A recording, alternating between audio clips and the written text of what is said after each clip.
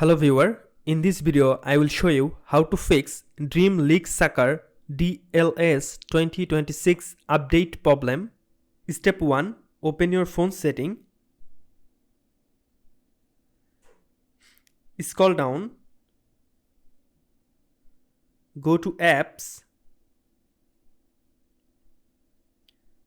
Now search Google Play Store.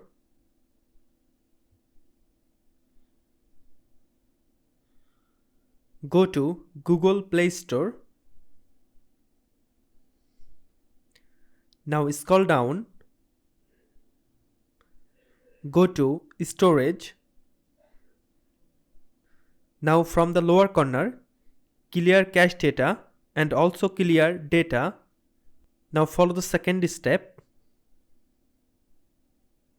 Please make sure your phone have enough internal storage to update process for Dream League Soccer 2026.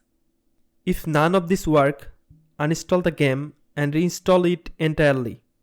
Remember that if you have not logged in with Google, then you might lose your account. So make sure your profile is linked to Google Sign-in or Facebook so you don't lose your player and progress.